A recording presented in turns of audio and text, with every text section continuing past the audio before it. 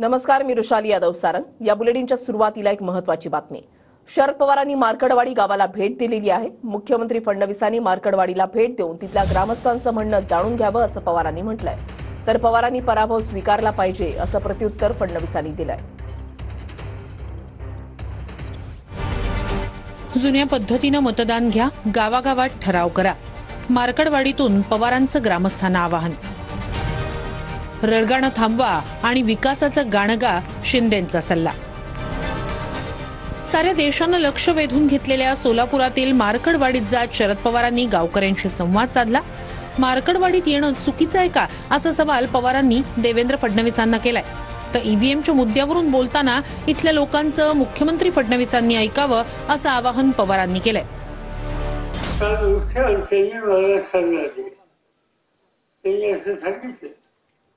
पवारसाहेबांनी हे करणं योग्य नाही। काय चुकीची गोष्ट की तुमच्या गावी येणं चुकीचं आहे, तुमचं म्हणणं ऐकून घेणं चुकीचं आहे। त्यांना विनंती केली की तुम्ही स्वतः या गावातल्या लोकांचं म्हणणं ऐका, महिलांचं म्हणणं ऐका आणि त्यांच्या म्हणण्यात चर्चा असेल तर ते दुरुस्त करायच्या संबंधी त्यांना सरकारने द्या। शरद पवार साहेब हे अतिशय ज्येष्ठ नेते आहेत। त्यांच्याकडनं ही अपेक्षा आहे की त्यांनी झालेला पराभव स्वीकारला पाहिजे। जनतेचं जे मत आहे ते स्वीकारलं पाहिजे। विनाकारण लोकशाहीवरनं लोकांचा विश्वास उठेल, लोकशाही प्रक्रियेवरनं लोकांचा विश्वास उठेल अशा प्रकारची कारवाई किमान शरद पवार साहेबांनी तरी करू नये। ईव्हीएमवर नको, जुन्या पद्धतीने मतदान घ्या आणि गावागावात ठराव करा असं आवाहन शरद पवारांनी केलंय। तुम्ही ठराव करा, तुमचा ठराव योग्य ठिकाणी पोहोचवू असं पवार म्हणाले।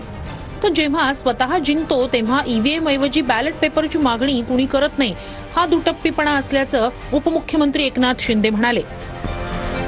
शक्य असेल तर तालुक्याच्या सगळ्या गावात ठराव करा की आम्हाला ईव्हीएम मतदान नको आणि आम्हाला जुन्या पद्धतीने निकाल पाहिजे। जेव्हा आपण हरतो तेव्हा ईव्हीएम घोटाळा म्हणायचं आणि जेव्हा आपण जिंकतो तेव्हा मग ईव्हीएमची ऐवजी बॅलेट पेपरची मागणी कुणी करत नाही। हे खरं म्हणजे दुटप्पीपणा आहे। महायुतीच्या विजयात काहीतरी घोटाळा आहे असं वक्तव्य उद्धव ठाकरेंनी केलंय।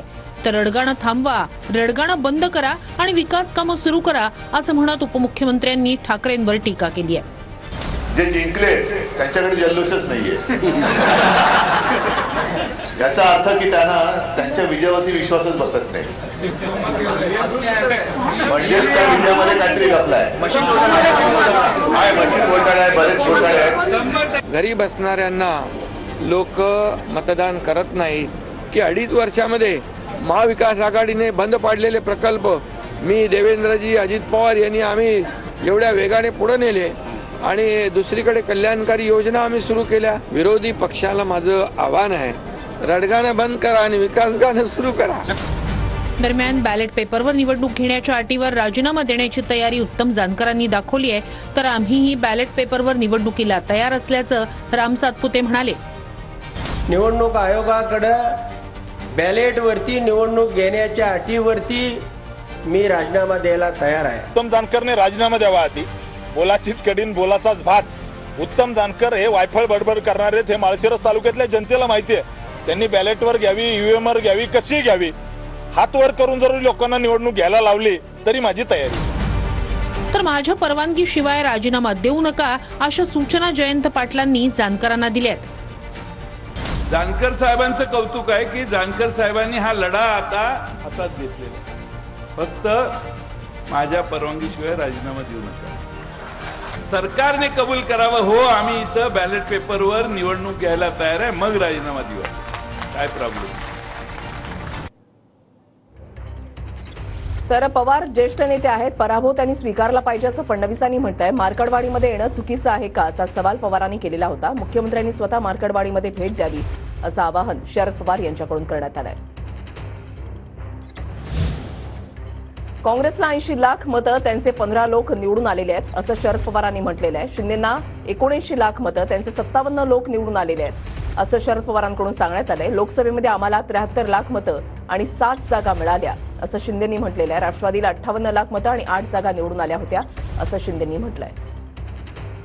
आताचे जे उपमुख्यमंत्री आहेत शिंदे साहेब, त्यांचं 79 लाख मतं पडली आणि त्यांचे 57 लोक निवडून आले. आता अजित पवार गट यांचे 58 लाख मतं आहेत.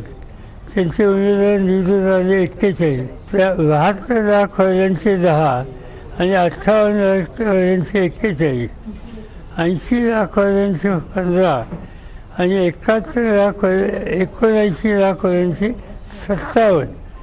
हा एक मोठा म्हणजे एक आणखी देशाने आम्हाला मिळाले 73 लाख आणि NCPला मिळाले 58 लाख आणि आम्हाला मिळाल्या 7 जागा, NCPला मिळाल्या 8 जागा. मग तिथं EVM घोटाळा झाला का? तुम्हाला जेव्हा जागा जास्त मिळतात त्यावेळेस EVM चांगला असतो. जिथं जेव्हा पराभव होतो तेव्हा EVM खराब असतो. विधानसभेच्या निकालानंतर उद्धव ठाकरेंनी राज ठाकरेंवर टीका केली आहे. पक्ष स्थापन केल्यावर हेतू लागतो, दिशा लागते, तसं काही दिसत नाही अशा शब्दात ठाकरेंनी मनसेवर निशाणा साधलेला आहे. घाटकोपरमधल्या मनसे कार्यकर्त्यांनी आज मातोश्रीवर जात ठाकरे गटामध्ये प्रवेश केला.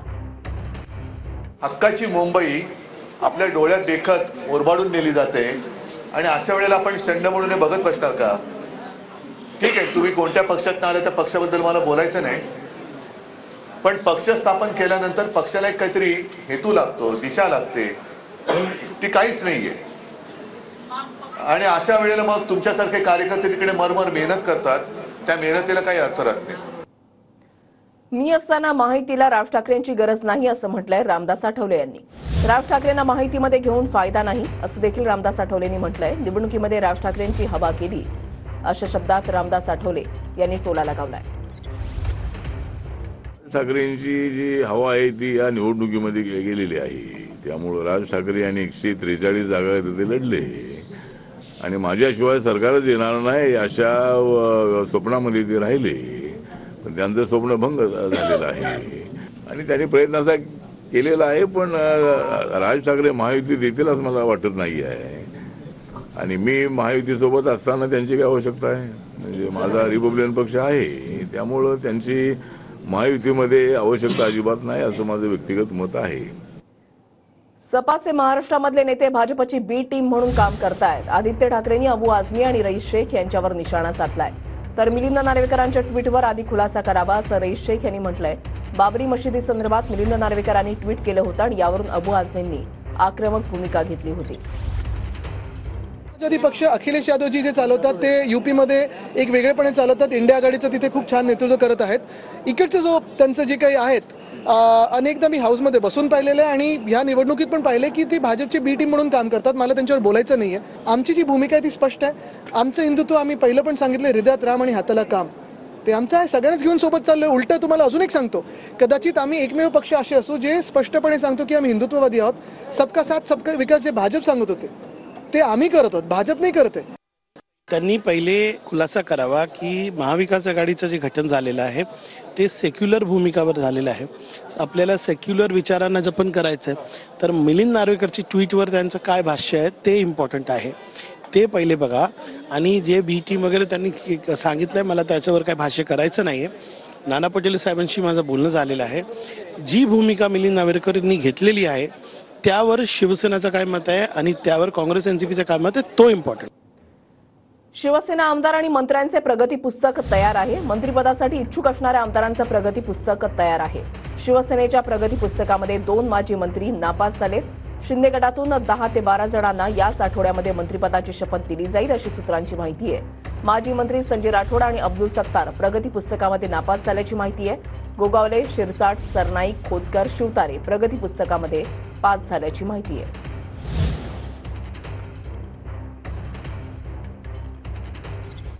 बनावट औषधांच्या रॅकेटबाबत तानाजी सावंतांनी काहीच केलं नाही. ठाकरे गटाचे आमदार सुनील प्रभूंनी तानाजी सावंत यांच्यावर आरोप केलाय. तानाजी सावंत मागील 2.5 वर्ष आरोग्यमंत्री होते. असे मंत्री असतील तर त्यांना मंत्रिमंडळामध्ये घेऊ नये असं सुनील प्रभू यांनी म्हटलंय. बीड आणि भिवंडीमधील बनावट औषधांच्या रॅकेटवरून त्यांनी टीका केली आहे. आज माननीय मुख्यमंत्री देवेंद्र फडणवीस यांच्याकडे अशी मागणी करतोय की असं रुग्णांच्या जीवाशी खेळणाऱ्या आणि डुप्लिकेट गोळ्या तयार करणाऱ्या ज्या कंपन्या आहेत त्या कंपन्यामध्ये जे दोषी आढळलेले आहेत त्याच्यावरती FIR दाखल करून यांना तात्काळ निलंबित करायला पाहिजे शासकीय यंत्रणेतील लोकांना. अशा डुप्लिकेट गोळ्या देऊन त्यांच्या जीवनाशी खेळ करण्याचं काम या ठिकाणी हे सरकार करत होतं. ठाणा भिवंडी कनेक्शन असलेली जी कंपनी आहे त्यांना त्यांचा वरदहस्त होता काय असा देखील संशय आहे.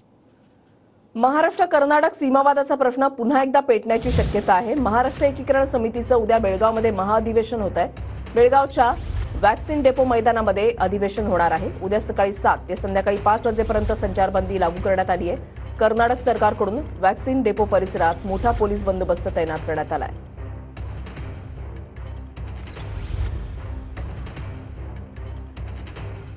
महाराष्ट्र कर्नाटक सीमावादाचा प्रश्न हा पुन्हा पेटण्याची शक्यता आहे.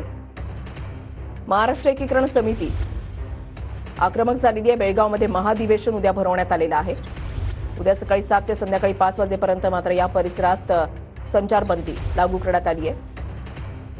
भूषण पाटील आमचे प्रतिनिधी आमच्या सोबत आहेत. अधिक माहिती त्यांच्याकडून जाणून घेणार आहोत. भूषण, नक्कीच उद्यापासून कर्नाटक सरकारच्या हिवाळी अधिवेशनाला बेळगावमध्ये सुरुवात होणार आहे आणि याच पार्श्वभूमीवर महाराष्ट्र एकीकरण समितीनं महामेळावा घेण्याचा नियोजन जे आहे ते केलेलं आहे. ह्याच वॅक्सिन डेपो मैदानावर हा सगळा महामेळावा होणार आहे. मात्र कर्नाटक सरकारनं आधीच या सगळ्या महामेळाव्याला परवानगी आहे ती नाकारली आहे. तर दुसऱ्या बाजूला उद्या सकाळी 7 वाजल्यापासून संध्याकाळी 5 वाजेपर्यंत ह्या सगळ्या मैदान परिसरामध्ये संचारबंदी असणार आहे आणि त्यामुळे आपण बघू शकतो आजपासूनच हा सगळा मैदानाचा परिसर आहे तो निर्मनुष्य करण्यात आला आहे. पोलीस बंदोबस्त देखील या ठिकाणी ठेवण्यात आलेला आहे. महाराष्ट्र एकीकरण समितीचा कोणताही पदाधिकारी या सगळ्या परिसरामध्ये येणार नाही किंवा मराठी भाषिक एकत्र या सगळ्या परिसरामध्ये जमणार नाहीत याची खबरदारी कुठेतरी आजपासूनच पोलिसांनी घेतल्याचं आपल्याला पाहायला मिळते. आणि एकूणच आपण बघतोय की महाराष्ट्र एकीकरण समिती दरवर्षी बेळगाव अधिवेशनाच्या पहिल्या दिवशी हा सगळा मेळावा घेत असतं. मात्र परवानगी यावर्षी देखील सगळी नाकारण्यात आलेली आहे.